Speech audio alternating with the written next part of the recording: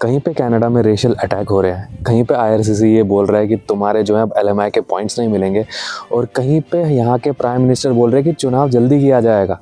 इन तीन चीज़ों के बारे में हम बात करेंगे इस वीडियो में, क्योंकि ये तीन बहुत ही इंपॉर्टेंट टॉपिक्स हैं। इसके बारे में आपको ज़रूर पता होना चाहिए अगर आप इंटरेस्टेड हो कनाडा की इमिग्रेशन में, या आप ऑलरेडी यहाँ हो, आप पीआर का वेट कर रहे हो, या आपको थोड़ा इनसिक्योर फील हो रहा है आजकल कनाडा की पॉलिटिक्स। सबसे पहले सबसे इंपॉर्टेंट पॉइंट के बारे में बात करेंगे, जो कि है आईआरसीसी। मार्क मिलर ने 3 महीने पहले एक अनाउंसमेंट की थी कि जो एलएमआई के पॉइंट्स हैं वो कैंसिल कर देंगे। अब आपको ये पता होगा कि यहाँ के जो इलेक्शंस हैं वो आने वाले हैं। जब भी इलेक्शंस आते हैं कनाडा में, हमेशा इमिग्रेशन रिलेटेड कुछ ना कुछ चेंजेस कर दिए जाते हैं, क्योंकि यहाँ पे डेवलपमेंट वगैरह काफ़ी स्लो होती है। सो इमिग्रेशन ही एक ऐसा टॉपिक है जो यहाँ की जनता को अपीज़ करने के लिए यूज़ किया जाता है। सो इस टूल को फिर से यूज़ किया गया है। मार्क मिलर ने 3 महीने पहले ये स्टेटमेंट दी थी। And reduce potential LMIA fraud, such as removing additional points that candidates receive under express entry for having a job offer. This measure is expected to remove the incentive for candidates to purchase an LMIA, resulting in increased fairness and integrity in the express entry system, and taking some of the value of the fraud already being perpetrated in the LMIA system. अब क्योंकि उन्होंने बोल दिया था कि हम LMI के points cut कर देंगे, तो हम सबसे पहले उस बारे में बात करते हैं। LMI 2 कैटेगरीज़ के होते हैं, जहाँ पे 50 पॉइंट मिलते हैं और जहाँ पे 200 पॉइंट मिलते हैं। 50 पॉइंट 00 कैटेगरी के होते हैं, जो कि नॉर्मल लेबर्स या फिर कुक्स वाली जॉब में मिलते हैं। एंड 200 पॉइंट वो होते हैं जहाँ पे एक सुपरवाइज़र होता है या फिर मैनेजर होता है, ऐसी पोजीशन के लिए। सो जिनको भी LMI के पॉइंट मिल के यहाँ पे जॉब्स मिल रही थी एंड उसके बाद वो आईआरसीसी में अपना जो है CRS स्कोर फाइल करते थे, तो उनको ये अपना एडिशनल पॉइंट मिल जाता था एंड PR बहुत आसानी से मिल जाता था। बट अब की गवर्नमेंट ने ये बोल दिया है कि हम ये पॉइंट आपको नहीं देने वाले। इसका ये मतलब है कि जब आप अपना CRS स्कोर कैलकुलेट करोगे तो वहाँ पे आपको वो पॉइंट नहीं दिखेंगे, और ये ओवरऑल आपके PR के पॉइंट कम कर देगा। अब जिन लोगों को आइडिया होगा, आपको ये तो पता होगा कि जब आप CRS में स्कोर देखते हो अपना, तो आपका पॉइंट्स डिफरेंट कैटेगरी से रिलेटेड होता है। फॉर एग्जांपल एज, एजुकेशन, आपके IELTS के स्कोर वगैरह वगैरह। उनमें से एक LMI कैटेगरी या फिर फॉरेन जॉब ऑफर का एक कैटेगरी होती थी, जहाँ पे अगर आपको कनाडा में जॉब मिलती थी तो उससे आपके पॉइंट्स बढ़ जाते थे। अब ये जो पॉइंट्स है ये आपको शायद अभी भी दिख रहे होंगे अगर जिन किसी ने फाइल किया होगा, बट कुछ टाइम बाद ये जो है पॉइंट्स गिर जाएंगे एंड आपके स्कोर फिर से 480 470 के आसपास हो जाएंगे। सो ये एक बैड न्यूज़ है उन लोगों के लिए जो एस्पायर कर रहे थे यहाँ का परमानेंट रेजिडेंसी, पर्टिकुलरली वो लोग जो LMI की जॉब कर रहे थे। उन लोगों के लिए आज का दिन बहुत ही काला है। अब किन किन लोगों को प्रॉब्लम होने वाली है, हम उसको ब्रेक करेंगे कुछ कैटेगरीज में। सबसे पहले कैटेगरी उन लोगों की होगी जिन लोगों ने अभी तक अपना जो है फाइल बनाई ही नहीं है। तो आप लोगों को कोई फ़र्क नहीं पड़ने वाला, आपने पहले भी फाइल नहीं बनाई थी, आपको पहले भी पॉइंट नहीं मिले थे, तो आपको अभी भी पॉइंट नहीं मिलेंगे। दूसरी कैटेगरी उन लोगों की है जिन्होंने अपनी जो फाइल बना दी थी, वो अभी जो है ITA का अपना वेट कर रहे थे। तो आप लोगों के लिए ये एक बहुत बुरी न्यूज़ है। ये अभी आपको अपने जो है फाइल पे पॉइंट्स दिख रहे होंगे, बड़े हुए पॉइंट्स, बट अब कुछ दिनों में वो रिफ्लेक्ट हो जाएंगे, आपके पॉइंट्स डिक्रीज़ हो जाएंगे। सो इन लोगों को काफ़ी जो है सहना पड़ेगा। मेरी एम्पैथी आपके साथ है, but this is the reality. अभी हम यहाँ पे कुछ नहीं कर सकते।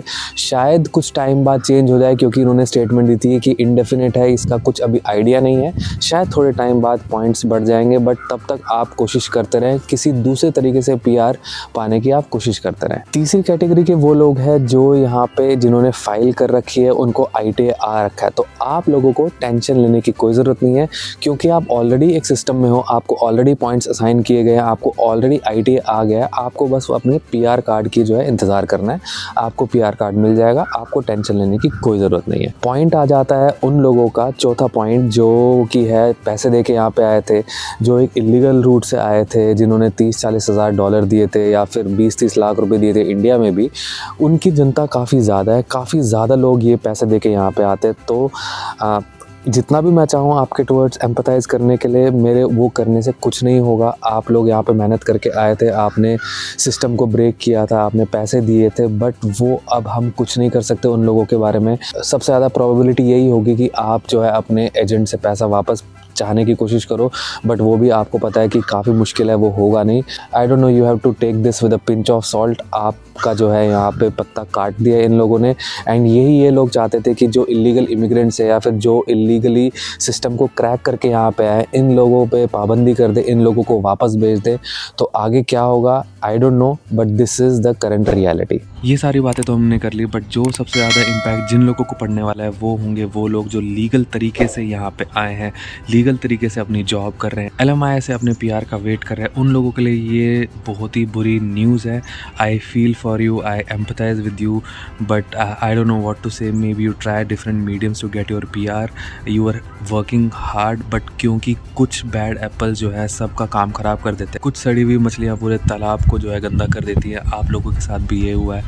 आई empathize with you, but I hope that आप ऑलरेडी काफ़ी एफिशिएंट हो, आप ऑलरेडी काफ़ी स्किल्ड हो, आप कोई ना कोई रास्ता ढूंढ लोगे। माई विशेज़ आर विद यू। सो ये थी एक शॉकिंग न्यूज़। दूसरी शॉकिंग न्यूज़ के बारे में बात करते हैं, जहाँ पे हमने देखा कि अल्बर्टा के कैलगरी में एक लड़की को एक जो है बहुत बड़ा इंसान अब्यूज़ कर रहा है, उसको खुलेआम शेक कर रहा है एंड पीट रहा है।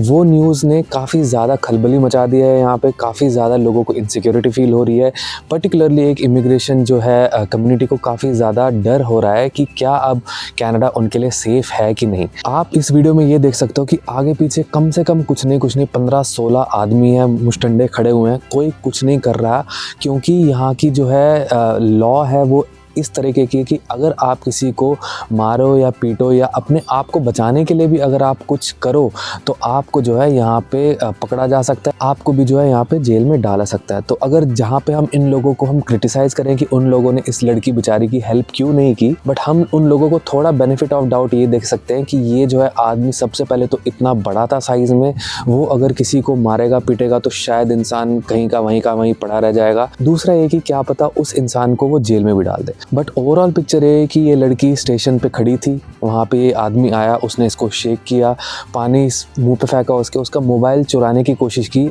ऐसा एटलीस्ट पुलिस की स्टेटमेंट में है, क्योंकि इस आदमी को पकड़ लिया गया, उसका नाम रिलीज़ कर दिया गया। 31 ईयर ओल्ड आदमी है, आई डोंट नो होमलेस है क्या है, बट उस इंसान को 25 मिनट में पकड़ लिया गया एंड उसको अभी चार्ज कर रहे हैं on the count of an assault. But they are saying that it's not racially motivated, जो कि मेरे को लग रहा है झूठ है, क्योंकि this seems to be a racial attack. वो कुछ बोलन लग गया, बहुत मतलब गलत वर्डिंग सी, तो उन्हें बॉटल खोल के मेरे ते सारा पानी पाता। मैं राइट वे 911 ਨੂੰ कॉल की, दोबारा आया, मेरे आले दुआले घूमन लग गया, मेरे उत्थों फोन खुच्चन की ट्राई की। टाइम ये एक्सपैक्टेशन ही कि कोई मेरे को आऊगा, मैनूं हेल्प करूगा, क्योंकि वो एक बंदा सी, उत्थे आपां किन्ने जाने खलोते सी, कोई अगे आऊ, कोई स्पोर्टली अगे आऊगा। मोस्टली कह रहे हैं कि उत्थे कोई पंजाबी हुंदा, मैं पंजाबी देखे भी सी उत्थे, पर कोई नहीं आया।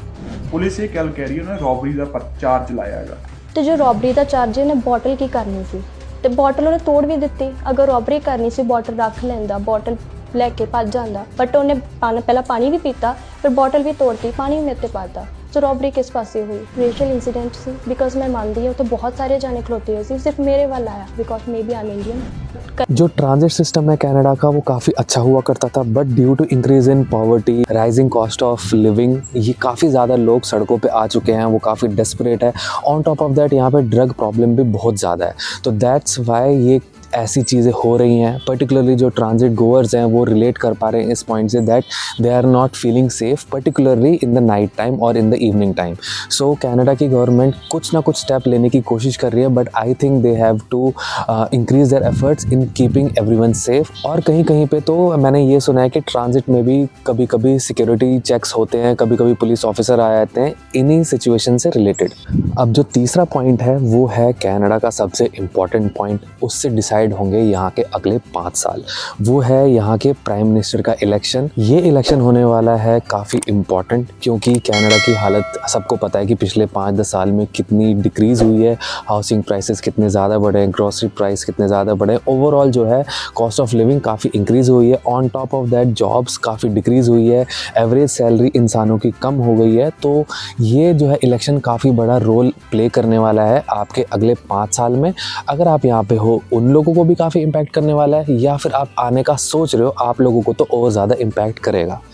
काफ़ी ज़्यादा पॉलिसीज़ है इमिग्रेशन रिलेटेड जो कि पॉइंट ऑफ डिस्कशन रहेंगी। काफ़ी ज़्यादा पॉइंट्स है, cost of living, housing crisis, homelessness, इसके बारे में जो है डिबेट होंगी। सबसे पहले 13 मार्च को जो है जस्टिन ट्रूडो ने रेजिग्नेशन दे दिया था, मार्क कार्नी जो सिलेक्ट हो गए थे, और 23 मार्च को उन्होंने ये बोला कि they need to prepone the elections. उसके कुछ रीजंस हैं। जैसे ही ट्रूडो ने बोला कि वो रिज़ाइन करेगा, जो है लिबरल पार्टी के पॉइंट्स काफ़ी ज़्यादा बढ़ गए थे। उन लोगों को ये लगा कि that this is the right time, क्योंकि हाइप बढ़ी हुई है, ट्रूडो की हेट इतनी ज़्यादा है कि जो वोटिंग पहले गिर रही थी या फिर जो पोल्स पहले गिर रहे थे वो ट्रूडो के छोड़ने के बाद ही एकदम से बढ़ गए। But I must say one thing that अगर आप एलिजिबल हो वोट देने के लिए, डू कास्ट योर वोट। नई गवर्नमेंट सेलेक्ट करने में हेल्प करो। आपको लग रहा है कि पियर पॉलिवेयर अगर आपको सपोर्ट करेगा तो उसको वोट करो। अगर आपको लग रहा है कि लिबरल गवर्नमेंट को फिर से मौका देना चाहिए तो उसको सपोर्ट करो। बट आई होप दैट आप एक अच्छा डिसीजन लोगे and you will help in the building of this economy जो कि काफ़ी डाउनफॉल में है। सो लेट्स होप चीज़ें अच्छी हो। Let's hope that Canada overcome these problems of recent past and let's hope जो सारी problems है वो धीरे धीरे ख़त्म हो जाए। So अगर आपको वीडियो पसंद आए, do like it, share it with your friends, subscribe to my channel and I will see you in the very next video. Till then, take care and goodbye.